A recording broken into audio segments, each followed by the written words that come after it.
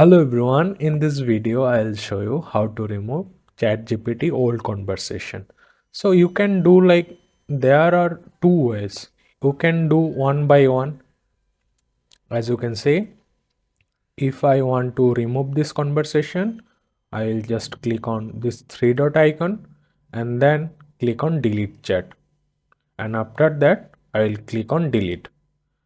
But if you want to delete all conversation by one click, then just click on your name, click here, and after that, click on settings, and then here, as you can see, delete all chats.